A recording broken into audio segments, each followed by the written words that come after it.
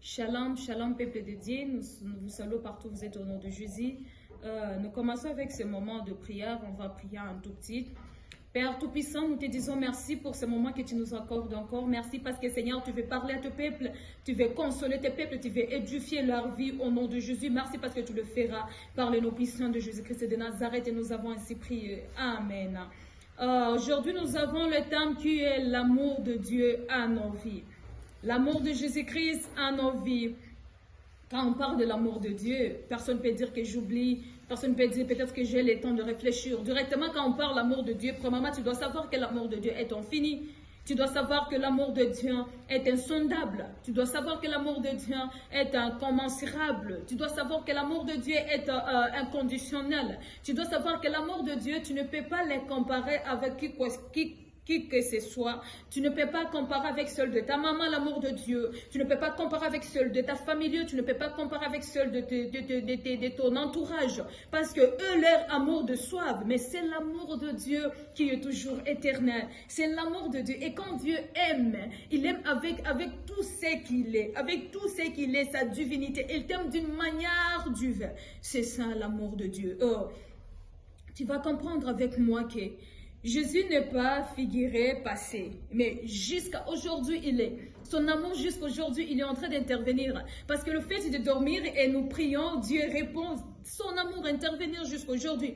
Le fait d'avoir un secours et se mettre quelque part à dire, Seigneur, nous voulons votre secours. Tu vas voir que c'est l'amour de Dieu toujours qui est en train d'intervenir dans notre vie. Malgré que la Bible nous dit qu'il a été mort sur la croix, malgré cela, il l'a éternellement. Parce que la Bible nous dit qu'il a été ressuscité après 3 jours. Cela montre que l'amour de Dieu est éternel. Personne ne peut comparer l'amour de Dieu avec quoi que ce soit. On va lire dans Matthieu 27, 3e verset. Dans Matthieu, on parle beaucoup de l'histoire de Jésus jusqu'à sa mort, comment est-ce que c'est passé. Mais je prie seulement 27e verset, 3e verset. Matthieu 27, 3e verset, on va lire au nom de Jésus. En voyant que Jésus était condamné, Judas qui l'avait trahi, fit pris de remords et il alla rapporter au chef des prêtres, aux responsables du peuple, des 30 pièces d'argent et leur dit, je péchais, malgré cela, mais écoute ce qu'il a dit, je péchais en livrant un innocent à la mort. Je vais bien montrer là au début que ça a un aspect essentiel au caractère de la personne. Vous voyez, ça, malgré cela, il a vu son caractère, il a vu combien de fois c'est qu'il a été essentiel et c'est qu'il est essentiel dans leur vie. Mais c'est pourquoi il a dit, je péchais contre un innocent. Il a compris qu'il est innocent parce qu'il n'a rien fait pour mériter la mort. Mais il a donné l'argent. Lui aussi, il ne savait pas que si à l'âge de 12 ans, il faisait de grandes choses. Tu vas comprendre qu'il faudrait qu'il donne quelque chose de spécial pour que l'amour de Dieu se manifeste dans notre vie. Il a donné son fils. Il a accepté que ce que Judas a fait porte la chair pour que moi et toi, nous soyons rachetés.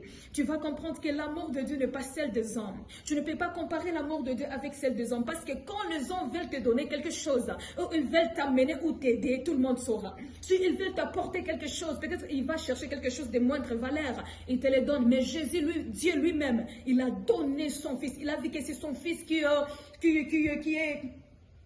essentiel. Il a vu qu'avec tout ce qui va se passer, et c'est en regard de voir comment est-ce que nous sommes nombreux, mais il a vu pour que tous ces gens soient rachetés, il faudrait quelque chose de spécial. Et je ne saurais pas chercher. Il a regardé en bas à haut, il a vu partout. J'ai regardé et je vis que c'est bien lui qui mérite de venir mourir pour vous. Quelqu'un qui est saint, quelqu'un qui mérite, quelqu'un qui a de la valeur, quelqu'un qui fait tout ce qu'il faut pour que nous soyons rachetés et que nous ayons la vie éternelle. Tu vas comprendre avec moi, mon frère, ma soeur, ma famille, partout où vous êtes, je vous appelle des noms, mais tellement que Dieu est amour. Dieu lui savait qu'est-ce qui s'est passé. Parce que si il ne s'était pas avec un objectif, et Dieu lui-même allait dire, moi je suis le Dieu. C'est moi qui vous ai créé, tout ce que vous êtes, c'est moi. Alors, qui peut accepter, qui peut se donner l'audace de mettre mon enfant sur la croix si ce n'est que moi, Dieu, personnel. Et tu vas comprendre que Dieu est amour. Et c'est par là, la Bible nous dit quelque part encore qu'il a donné son fils unique En fait, que qui croit en lui ne périsse point, mais qui ait la vie éternelle. Tu vas comprendre que l'amour de Dieu pour moi et toi a un objectif. C'était pour nous racheter. C'était pour nous faire quitter dans le péché et nous faire entrer dans la vie éternelle. L'amour de Dieu, c'est quelque chose d'extraordinaire. Il a accepté. Vous voyez l'amour de Dieu. Dieu a regardé, il a dit, je suis le Dieu et je le Fils. Et pour racheter mes enfants, il faudrait quelque chose de spécial. Il faudrait quelque chose de spécial. C'est par là que tu vas comprendre qu'il a donné son fils. Parce qu'il a vu, c'est quelqu'un de spécial. Il est né avec une étoile, il est né avec des potentiels. À l'âge de 12 ans, il faisait de grandes choses. Tu vas comprendre qu'il faudrait qu'il donne quelque chose de spécial pour que l'amour de Dieu se manifeste dans notre vie. Il a donné son fils, il a accepté que c'est que je vous appelle de croire à cet amour qui est l'amour éternel. Si Dieu n'allait pas nous aimer, il n'allait pas accepter qu'il y a quelqu'un qui peut mourir à nos places. Si Dieu n'allait pas nous aimer, peut-être qu'il avait dit, j'accepte qu'il y ait des condamnations. J'accepte qu'il y ait des condamnations. Mais il a dit, il n'y a pas de condamnation à ceux qui croient en moi. Il n'y a plus de condamnation à ceux qui croient en moi. Il sait que le valeur qu'il nous a donné. C'est pourquoi, mon frère, ma soeur, toi qui es en train de vivre la distraction, de ne pas reconnaître et revoir cet amour de Dieu dans la vie, tu vas regretter. Je te parle que peut-être que tu n'auras pas le temps de savoir la parole ou d'écouter cet amour de Dieu. Je te parle aujourd'hui de l'amour de Dieu pour que partout où tu es, tu aies la vie éternelle. Et c'est seulement d'accepter Jésus-Christ dans ta vie parce qu'il a déjà donné. Il a déjà donné son fils. Donc tu as tout. C'est à toi seulement d'accepter. Et quelquefois, ce que j'aime avec Jésus-Christ, peu importe le péché dont nous pouvons porter, peu importe le marque du péché dont nous pouvons en avoir, il n'a pas besoin que tu prennes là-dessus. Tu prends le temps de dire non, il faut que j'abandonne certaines choses. Avec le péché, il va entrer dans toi. Et c'est bien lui qui va t'aider de tout abandonner. Toi, dis seulement, Seigneur, j'accepte ton amour tous les jours dans sa vie. C'est ça l'amour de Jésus. L'amour de Jésus, c'est quelque chose dont tu ne peux pas connaître. Tu ne peux pas connaître l'amour de Jésus par ton intelligence. Non, non. Vous savez pourquoi est-ce que lorsque David avait dit, Éternel est mon berger, même si je marche dans la vallée de l'ombre de la mort, je ne crains aucun mal. Vous savez pourquoi est-ce que David avait dit cela? Non, non, ce n'est pas question de dire que David était mis quelque part et puis il a dit aussi, peut-être qu'il faut que ça soit comme ça. Non, non. David lui-même, il a vu comment quand il était dans les champs de combat, il a vu que la personne qui l'avait retiré là-bas et sauvé sa vie, c'était Jésus-Christ de Nazareth. C'est pourquoi il a encore dit, même si je marche dans la vallée de l'ombre de la mort, je ne crains aucun mal. Je ne crains aucun mal parce qu'il sait qui est l'amour. Il sait qui c'est ça l'objectif de notre Dieu avec son amour dans notre vie. L'amour de Dieu ne veut pas à ce que nous soyons foncés dans le mal. L'amour de Dieu ne veut pas à ce que nous restons dans le péché. L'amour de Dieu pour nous n'est pas le chemin pour l'enfer, mais l'amour de Dieu pour nous c'est le chemin vers le ciel. C'est le chemin vers la vie éternelle. C'est ça l'amour de Dieu. Toi qui es en train de jouer avec l'état aujourd'hui, toi qui ne sais pas voir l'amour de Dieu aujourd'hui, peut-être que demain ça sera trop tard. Je t'appelle partout où tu es, écoute ces messages et fais Dieu ton amour, accepte cet amour, réfléchis en paix à cet amour de Dieu. Tu vas savoir que Dieu est amour. Tu vas savoir qu'avec Dieu, tout est possible. Vous savez, dans Hébreux 12, 24, vous savez quelque chose dont j'aime dans ma vie. L'amour de Dieu, je ne sais pas comment ça fonctionne. C'est pourquoi on te dit ça. Tu ne peux pas connaître l'amour de Dieu. L'amour de Dieu est capable de te faire entrer sur le terrain des combats. Et l'amour de Dieu est avoir un cicatrice ni une conséquence. C'est ça l'amour de Dieu. Il accepte que le diable se lève pour que son nom se glorifie. Il accepte que le problème se lève pour que son nom se glorifie. Il accepte que des tentations, des sortes de problèmes t'arrivent pour que l'amour de Dieu se glorifie. Vous savez pourquoi est-ce que dans Hébreux 12, 24, la Bible nous dit Jésus qui est le médiateur de la nouvelle alliance. Il est le médiateur de la nouvelle alliance. Amen. Jésus est le médiateur de la nouvelle alliance.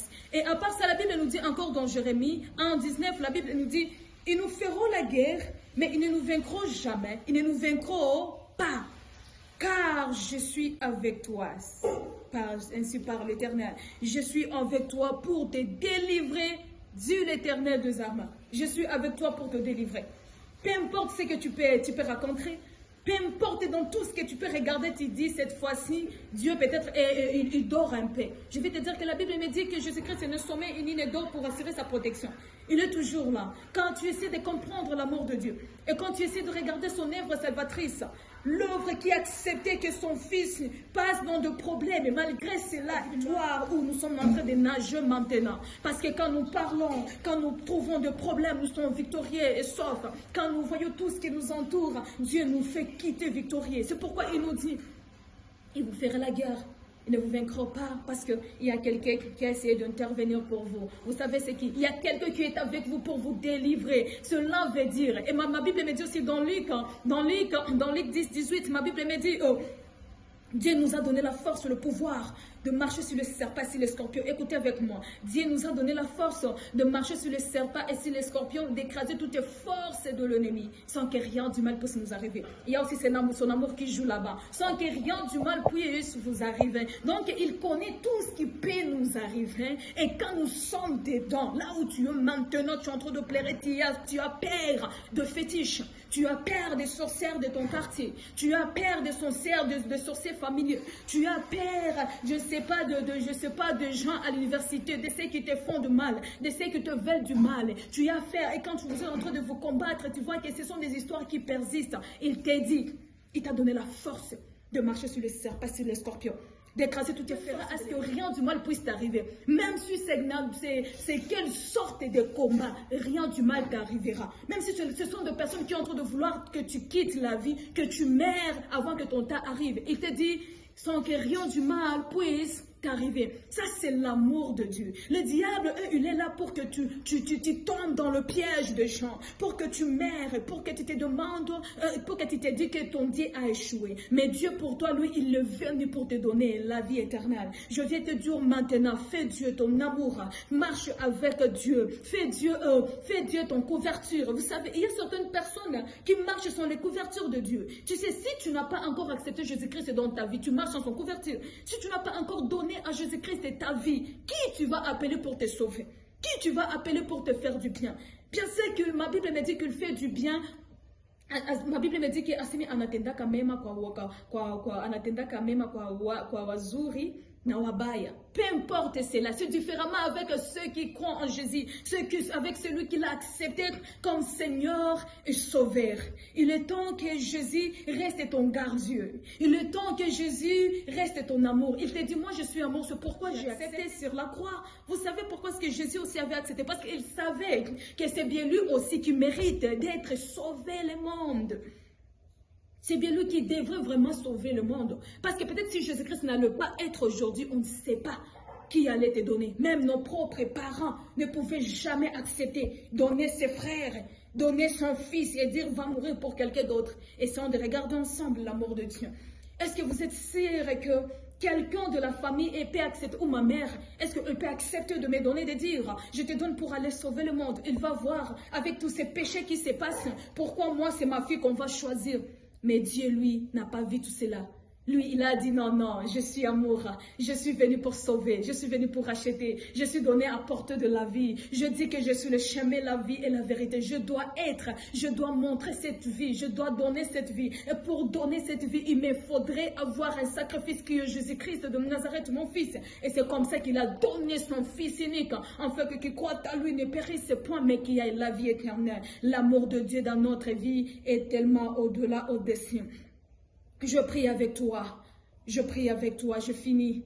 Je suis en train de te dire maintenant, pour faire glorifier l'amour de Dieu dans ta vie, premièrement, tu dois avoir une vie de prière. Deuxièmement, tu dois lire trop la Bible. Après avoir accepté Jésus-Christ dans ta vie, et la vie de prière, et le temps de lire la Bible. C'est ça l'amour de Jésus-Christ dans notre vie. On va prier, Seigneur, je prie pour tout et chacun de nous qui est en train de nous suivre. Lorsque ton amour encore déborde dans sa vie, lorsque ton amour encore se lève et se manifeste dans sa vie, comme ma Bible est en train de me dire, oui, éternel, mon berger, je ne manquerai de rien. Il me fait reposer dans le vert pâturage. Il me dirige près des hommes possibles. Il me restaure il me dirige près des hommes paisibles. Dès les dons, il me dirige près des hommes paisibles. Il restaure mon âme. Il me conduit dans les entiers de la justice. À cause de son nom, quand je marche dans la vallée de l'ombre de la mort, je ne crains aucun mal. Que cet amour nous recrée encore. Que cet amour nous donne encore de la foi. Que cet amour nous amène encore à ne pas avoir peur à qui que ce soit au monde sataniste. Que cet amour nous ramène toujours à croire à un Dieu créateur, Dieu de la terre. Au nom de Jésus-Christ de Nazareth, nous aimons l'amour de Jésus-Christ. Amen.